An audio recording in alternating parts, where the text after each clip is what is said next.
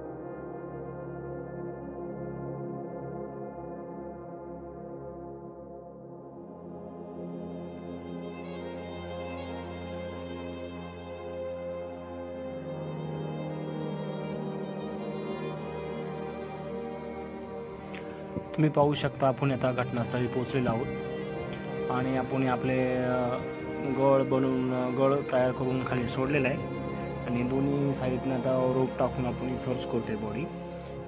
एक 3 वर्षाचा मुलगा आहे आणि एक 65 वर्षाची व्यक्ती आहे। आजोबा आणि नातू असे दोघांचे रिलेशन आहे। आजोबा शेताच्या बांधाला फवारे तणनाशक मारत होते आणि नातू तिथून येत होता आणि नातवाचा पायी सटकून नातू शेतात पडला आणि नातवाला वाचवण्यासाठी आजोबांनी पाण्यात उडी मारली, पण दुर्दैवाने नातूही बुडाला आणि आजोबाही त्या पाण्यात बुडाले आणि 2 तासापूर्वी ही घटना घडलेली। पण आता आपण सर्च करतोय, पाहूया आपल्याला आता किती वेळामध्ये आपल्याला बॉडी सापडते।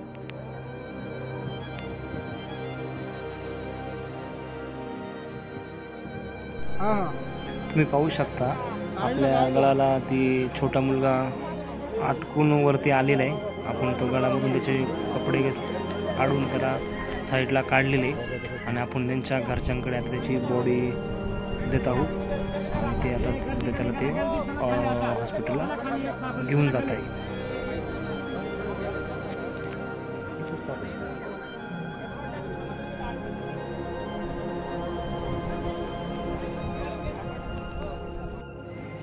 आणि आपल्या गळाला दुसरी बॉडी ही लागलेली आहे आणि आपण ती काढून घेतली साईडला आणि आपले जे बाकीचे आहेत बरोबर ते तुम्ही पाहू शकता।